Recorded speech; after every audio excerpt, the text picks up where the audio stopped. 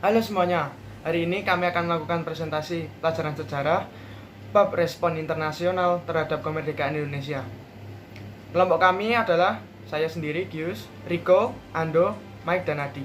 Sebelumnya, kalian harus tahu syarat sah berdirinya sebuah negara itu pertama, memiliki wilayah yang berdaulat. Yang kedua, terdapat rakyat yang mendiami wilayah.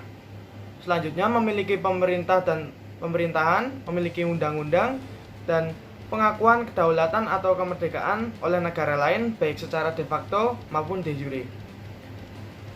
Langsung saja, yang pertama, negara yang mengakui kemerdekaan Indonesia adalah Mesir. Mesir merupakan negara pertama yang mengakui kemerdekaan Indonesia secara de facto pada tanggal 22 Maret 1946. Pengakuan Mesir terhadap kemerdekaan Indonesia juga tidak terlepas dari keberadaan organisasi Ikhwanul Muslimin yang dipimpin oleh Hasan al-Banna dengan menjunjung pan-Islamisme yang menentang belenggu kolonialisme barat di negara-negara Islam. Gerakan Ikhwanul Muslimin berupaya menarik atensi pemerintah dan masyarakat Mesir untuk mendukung kemerdekaan Indonesia yang terrealisasi melalui Liga Arab. Melalui Forum Liga Arab, Mesir berhasil meyakinkan Suriah, Qatar, Irak, dan Arab Saudi untuk mendukung kemerdekaan Indonesia dalam sidang majelis yang digelar pada tanggal 18 November 1946 yang menyebabkan Liga Arab memberikan pengakuan secara resmi terhadap kemerdekaan Indonesia. Dukungan pemerintah Mesir terhadap kemerdekaan Indonesia kembali diwujudkan dengan mengutus diplomatnya yang bernama Muhammad Abdul Mu'im berkunjung ke Indonesia pada tanggal 13 sampai 16 Maret 1947 untuk menyerahkan surat resmi yang berisi dukungan negara-negara Liga Arab terhadap kemerdekaan Indonesia kepada Presiden Soekarno.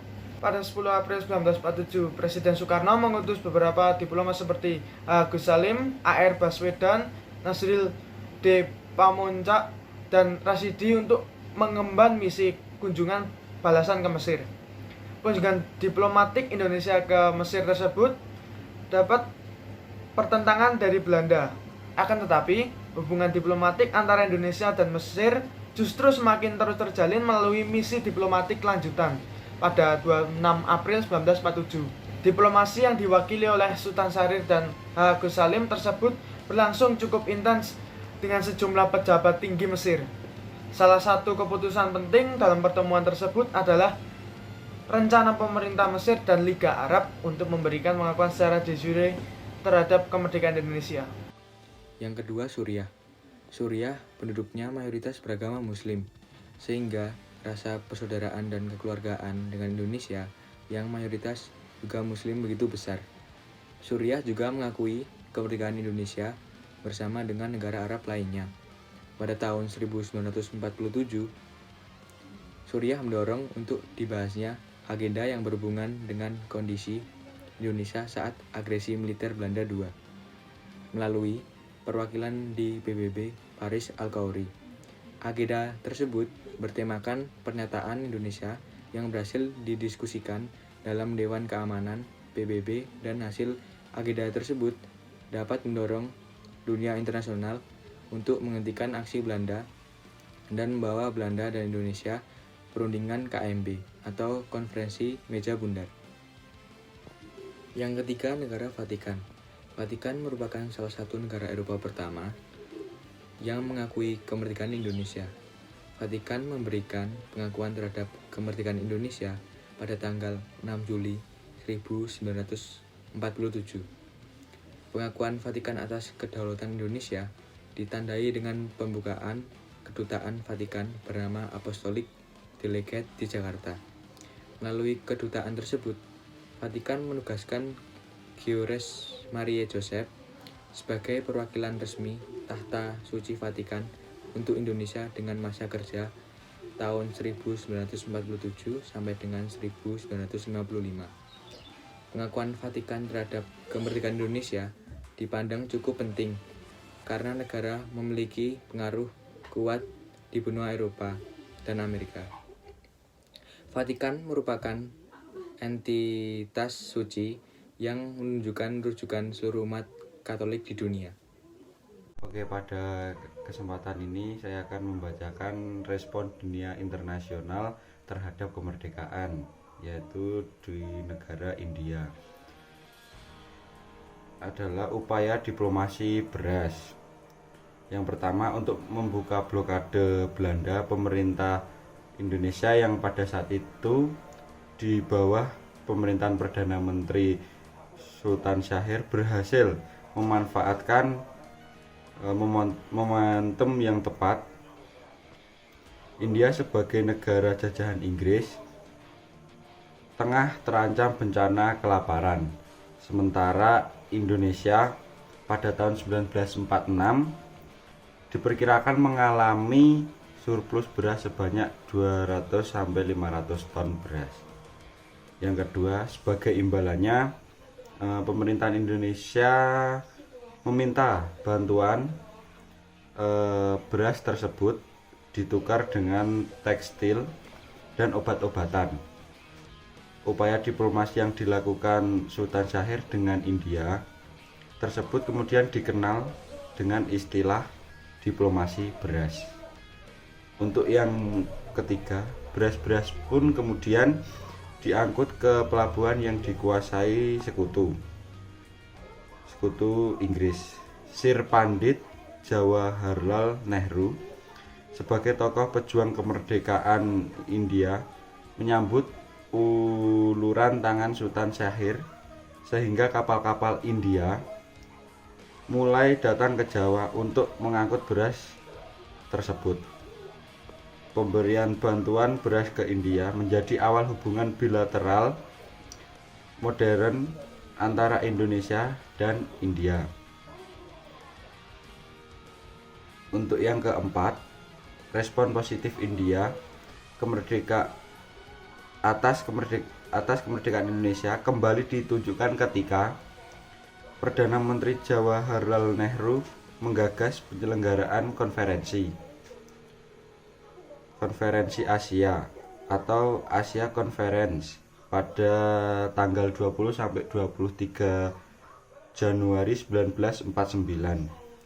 Konferensi yang dilaksanakan di kota New Delhi tersebut dihadiri oleh 21 negara Asia yang sebagian besar masih dijajah oleh bangsa barat.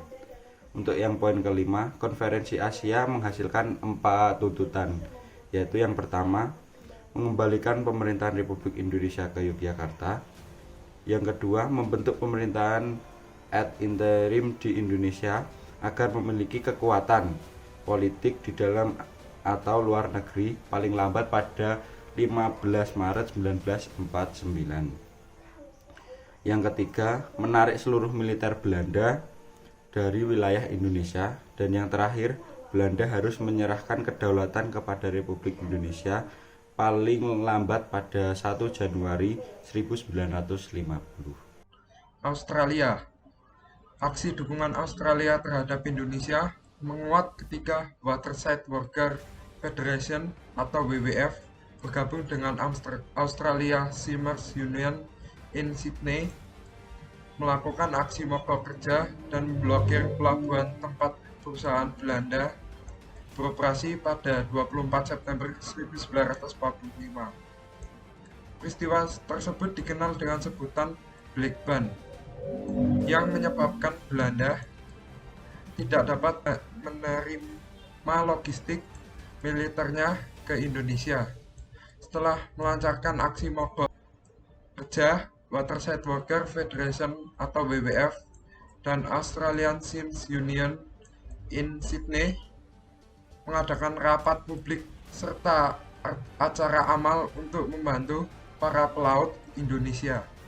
Ketika terjadi agresi militer Belanda I, Australia menjadi salah satu negara yang mengancam agresi militer Belanda tersebut. Dengan cepat pemerintah Australia membawa kasus agresi militer Belanda I pada sidang Dewan Keamanan PBB. Australia mengajukan permintaan resmi kepada PBB agar pertikaian antara RI Belanda dibahas dalam sidang Dewan Keamanan PBB. PBB pun memutuskan membentuk Komisi 3 Negara atau KTN untuk mengawasi jalannya penghentian kontak senjata tersebut.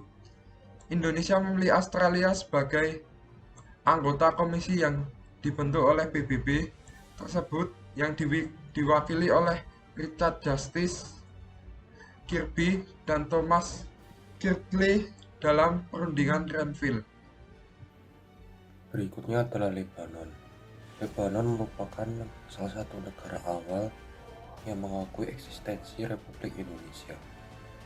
Hubungan antara Indonesia dan Lebanon bermula dari diumumkannya pengakuan secara de jure atas kemerdekaan Indonesia. Perundingan antara Agus Salim dan Riyad al-Sol berjalan dengan sesuai harapan dari Indonesia.